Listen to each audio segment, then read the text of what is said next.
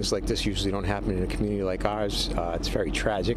Investigators release autopsy reports today for 8 members of an Ohio family killed execution style. We begin tonight with a deadline that has passed for the mother of 2 missing children from Rexburg. Hey everyone, welcome back to my channel. If you're new here, my name is Amanda and we talk about all things true crime related. Today's episode is going to be just a little different than what I've done in the past. I want to do a few quick updates, and then I want to discuss a case that maybe we want to shine a little spotlight on, I guess we can call it, that deserves some more attention. This could be a case that's coming up on an anniversary. It could be a case that only has a few details that I couldn't even make like a 3-minute long video, or maybe it's just a case that's unfolding in the news. So we'll see how it goes. But before we get into that, please take a moment to like this video and subscribe to the channel. Both really help me out as we get to 1,000 subscribers. So today's spotlight, if you will, I guess we could call it that for now, I'll probably change it at some point, is the case of Tommy Ballard. Now, I'm sure this case isn't new to a lot of you. It was just 9 years ago yesterday, November 19th, that Tommy Ballard was shot and killed while he was hunting with his 12-year-old grandson on his property next to the Bluegrass Parkway. Now, if you're newer to this case, Tommy Ballard is the father of Crystal Rogers, who was reported last seen on July 3rd, 2015 by her live-in boyfriend, Brooks Houck.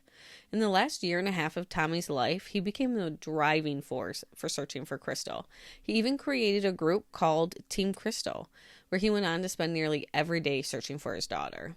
Tommy wasn't shy at calling out the lies he believed that Brooks Houck told in regards to Crystal going missing. He said that he wasn't accusing Brooks of anything, but just that the things that Brooks was saying was not adding up to what they found. Fast forward to earlier this year, Brooks Houck, Steve Lawson, and Joseph Lawson were all convicted of murder or conspiracy to commit murder.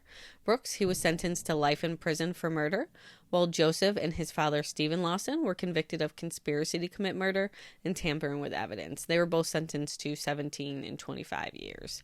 Now, back to Tommy's case. There has never been anyone officially listed as a suspect in Tommy's case. However, when Brooks, he was in court one time for a hearing for the Crystal Rogers case, and the special prosecutor who was assigned over Crystal Rogers case, Tommy Ballard, and another case, an officer, Jason Ellis. Now, during that court hearing, the special prosecutor made a comment referencing Brooks's brother, Nick Houck, who was a Bardstown police officer when Crystal went missing before he was later fired. Now, the police chief would say that he was let go because basically the department lost their faith in Nick as being a police officer. He was doing a lot of shady stuff.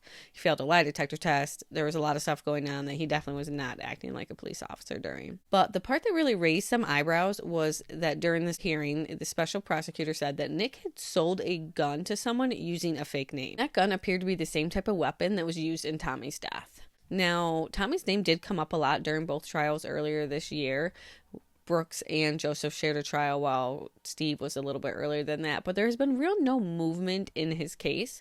It is still active and there is still an active reward for information. Tips can be called into 1-800-CALL-FBI. Now, I do have some updates and a little movement that I wanted to quickly cover. There's Tyler McCain, which I did mention in an earlier video, but I wanted to do a video just in regards to this update.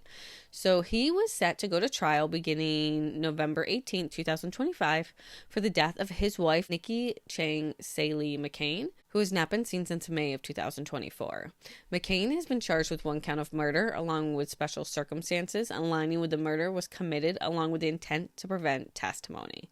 He is also facing several domestic violence-related charges, including corporal injury to a spouse, false imprisonment, criminal threats, and assault with force likely to cause great bodily injury. McCain was back in court on Wednesday, November 12th for a trial readiness hearing, and it was during that hearing the attorney filed a motion requesting a continuance, saying that they needed additional time to prepare for the case. His attorney explained that he has been diligently working through the discovery of all 4,500 pages, and then in the last 30 days alone, he said that he received like 2,000 pages, and he can basically only work through it so fast, but he is working through it.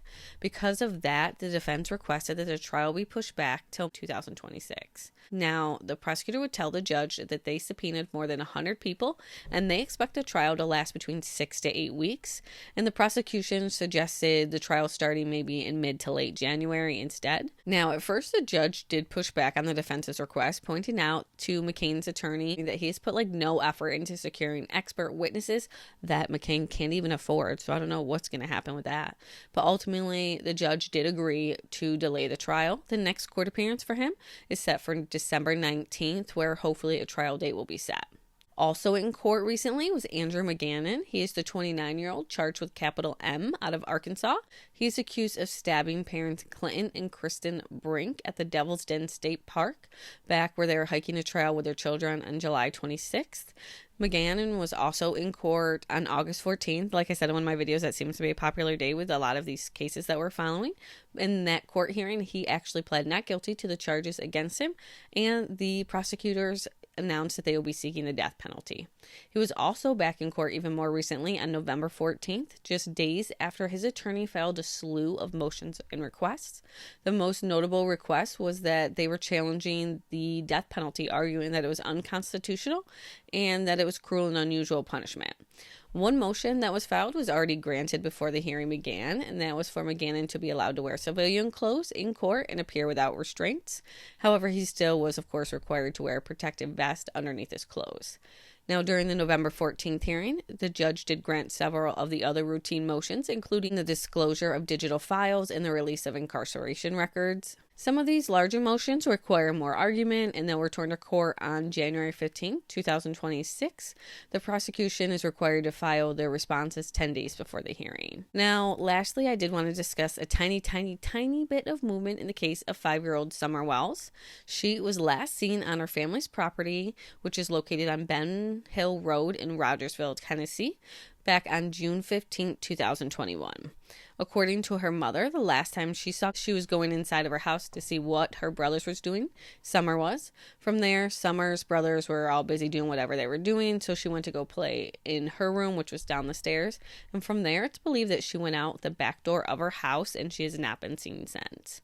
There's been a lot of public speculation about the family, and Summer grew up in what appears to be a rough, poor home, and the media has not been kind to them. But investigators have been clear from the start. Really, no one has been ruled out. Now, Summer's father, Don, he was confirmed to be at work when Summer disappeared. There was phone records there. He called 911, and his cell phone was located at his work when he did that. Candace called him after she found that Summer was nowhere to be found, and then I believe they both called 911 to report that Summer was missing.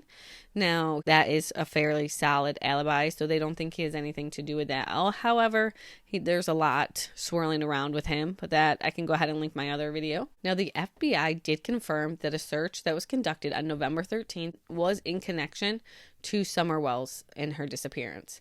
It appears that they were just following up on a lead that they received, but there has been no mention on whether or not anything was found or basically what that lead was. The location of that search was just 9.8 miles from the Wells home. Now, Summer's parents, Don and Candace, posted on their Find Summer Wells Facebook page that they do not want to do any immediate interviews right now and that they're just waiting for a formal statement from TBI, and there's really nothing to be said at this time. Now, I don't know how I feel necessarily about Summer's mother and Summer's disappearance.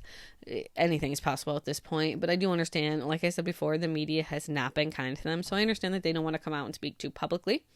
But if anything comes out of that, I'll definitely let you guys know. It doesn't seem like they're releasing anything, but there is still searches happening. The case is very active. I said in my last video, they released the progression photo of her recently. I want to say it was in August of 2025 that they released that. So I'll definitely keep you guys updated as anything comes out. And again, if you have any information in the disappearance of Summer Wells, please contact the FBI at 1-800-TBI-FIND. But that's all I have for right now. I do have another video coming out in the next couple of days, so be sure to be on the lookout for that. Please make sure to like the video and subscribe if you have not already. I see the numbers, so just subscribe already if you made it this far. You can also find additional content over on my Patreon where I cover cases that I necessarily wouldn't cover here. So if that's something that you would like to check out, I will have the link below in the comments. But that's all I have for now. Take care. The world's an ugly place out there.